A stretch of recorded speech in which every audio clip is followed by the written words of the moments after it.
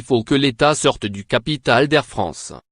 Air France n'a jamais été une entreprise simple, et l'État français doit maintenant en tirer les conclusions.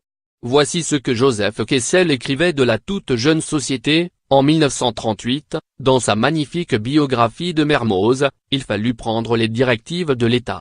Il fallut louvoyer à gauche, à droite, selon les inflexions de la politique, tenir compte des intérêts des puissantes sociétés qui étaient représentées capitalement dans l'entreprise. Par un jeu fatal la bureaucratie multiplia ses rouages. » Voilà comment, explique Kessel, l'entreprise créée en 1933 pour rationaliser l'offre française de transport aérien et, dès le départ, partit du mauvais pied, le pied administratif et non entrepreneurial. Cette culture du louvoiement et de la bureaucratie n'a malheureusement jamais quitté la compagnie nationale. Autrement dit, les salariés d'Air France ne sont pas les seuls responsables des déboires de cette compagnie. L'État actionnaire et les directions qui se sont succédé ont aussi multiplié les fautes. Ceci étant dit, les grévistes et les salariés d'Air France qui ont voté contre le plan de redressement proposé par Jean-Marc Janaillac ont commis une double faute, morale et économique. Une faute morale car, dans une société connue pour bien rémunérer ses collaborateurs, on ne fait pas grève et on ne conduit pas une entreprise dans une impasse pour des raisons uniquement salariales. Les négociations salariales peuvent être viriles mais la grève doit rester une arme de dernier recours. Les salariés d'Air France qui ont déclenché une grève pour des raisons injustifiées ont pris en otage ceux qui, comme l'auteur de ces lignes, privilégiaient la compagnie nationale pour des raisons patriotiques. Air France a subi une perte nette de 269 millions d'euros au premier trimestre. Le coût total de la grève tournera autour de 300 millions d'euros. Ces 2 dernières semaines, j'avais planifié 5 vols avec Air France. Le premier a été annulé, me contraignant à prendre le TGV, lequel semble avoir mieux fonctionné que l'avion ces derniers jours. Le deuxième l'a été également, m'obligeant à atterrir à Toulon plutôt que Nice. Le troisième a été retardé de 2 heures et remplacé par un vol Aigle Azur.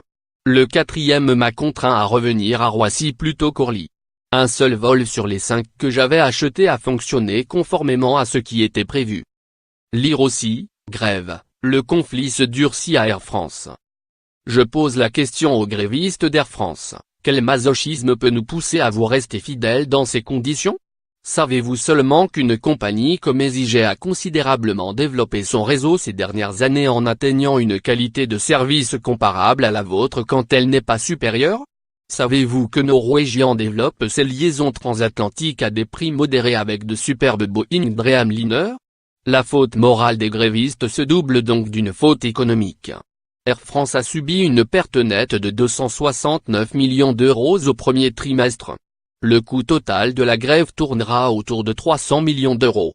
Une remontée des prix du pétrole annihilerait les capacités d'investissement d'Air France alors même que la concurrence s'intensifie et que de nouveaux avions, plus silencieux et confortables, arrivent sur le marché. Pendant ce temps, les résultats du groupe IA, qui détient notamment British Airways et Iberia, s'envolent. Les personnels d'Air France qui ont refusé le plan Janaillac sont des enfants gâtés. Mais ils ne sont pas les seuls responsables de cette débâcle.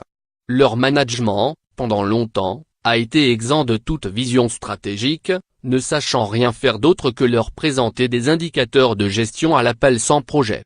Les gouvernements n'ont rien fait d'autre qu'adopter des postures schizophrènes, soutenir capitalistiquement la compagnie d'un côté, la surcharger de taxes de l'autre. Si la concurrence mondiale dans le secteur de l'aérien n'est ni juste ni loyale, c'est en grande partie en raison des politiques ineptes de l'État français. Le contribuable français doit sortir de cette galère qui dure depuis près d'1 siècle. Air France peut encore être sauvé, mais il faut pour cela un désengagement de l'État qui, dès le départ, a empêché cette société de se développer considérablement. C'est la raison pour laquelle je propose que l'État français cède les 14% qu'il possède encore dans le groupe Air France KLM. Financièrement, cette opération ne sera pas glorieuse pour les pouvoirs publics car le prix de ces actions est bas. Mais le contribuable français doit sortir de cette galère qui dure depuis près d'1 siècle. Surtout, l'État devrait laisser à un actionnaire qui s'en sentirait capable les mains libres pour redresser et restructurer cette compagnie et faire vivre cette marque à laquelle, malgré tout, nous sommes attachés. Nicolas Bouzou a également réalisé une mission de conseil pour Air France en 2015.